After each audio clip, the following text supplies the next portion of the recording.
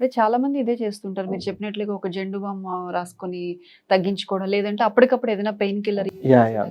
అది ఎవరైనా గానీ ఎపిసోడ్ వచ్చినప్పుడు ఎపిసోడ్ నుంచి బయటపడడానికి చిన్న చిన్న ప్రయత్నాలు ఏదో టీ, కాఫీ తాగడము, లేకపోతే బామ్ అప్లై చేసుకోవడము, లేకపోతే ఇంకా నిద్రపోవడము ఇట్లాంటివి చేసి ఓవర్‌కమ్ అవ్వడానికి ట్రై చేస్తారు. ఎవరైనా నేచురల్ వేసే ట్రై చేస్తారు రెమెడీస్ అన్నీ.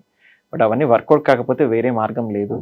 They have to take a tablet. అంటే excessive intake of painkillers కూడా ఇది డేంజర్ అని చెప్తారు కదా! అకేషనల్‌గా మంత్లీ వన్స్ తీసుకునే వాళ్ళుంటారు. వాళ్ళని పెద్దగా ఏమి కంగారు పడాల్సిన అవసరం లేదు.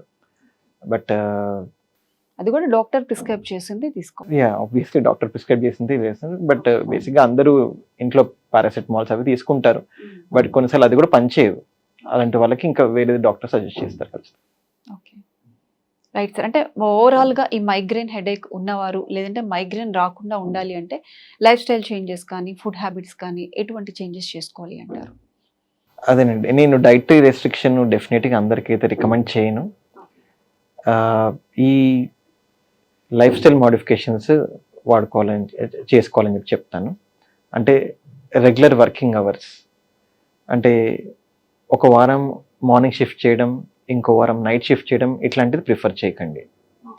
ఏదో ఒక షిఫ్ట్‌కి స్టిక్ అవ్వండి. Either night shift or morning shift. So night shift కైనా స్టిక్ అయ్యి మార్నింగ్ 7-8 అవర్స్ అయితే ప్రాపర్‌గా స్లీప్ ఉండేలా చూసుకోండి అని చెప్పి చెప్తాను. సో ఇలా నైట్ షిఫ్టే చెయ్యొద్దు అని అనట్లేదు. వాళ్ళ లైఫ్ స్టైల్‌కి అలవాటు అవుతుందంటే okay. If at all dietary రెస్ట్రిక్షన్స్‌లో అందరికీ చేయమని చెప్పి చెప్పం. ఇఫ్ ఎట్ ఆల్ పేషెంట్ గనక వారికి గమనిస్తే ఐస్ క్రీమ్ తింటే వస్తుంది.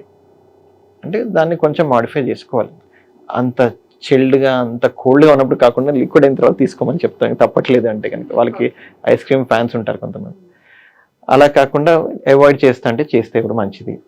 సో ఇలాంటి ట్రిగర్స్‌ని ఎట్లా ఐడెంటిఫై చేయాలి? వాటిని ఎట్లా అవాయిడ్ చేయాలి?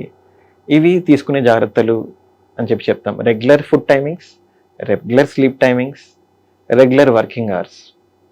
ఇవి ఉంటే గనక వచ్చే రిస్క్ అనేది కొంచెం తక్కువ ఉంటది. ఓకే. Right sir. మెయిన్‌గా బ్రెయిన్ స్ట్రోక్ గురించి అలాగే మైగ్రేన్ హెడేక్ గురించి చాలా వాల్యుబుల్ ఇన్ఫర్మేషన్ ఇచ్చారు. Thank you so much sir. Thank you. చూసారు కదండి. ఇది ఇవాల్టి 99 టీవీ హెల్త్.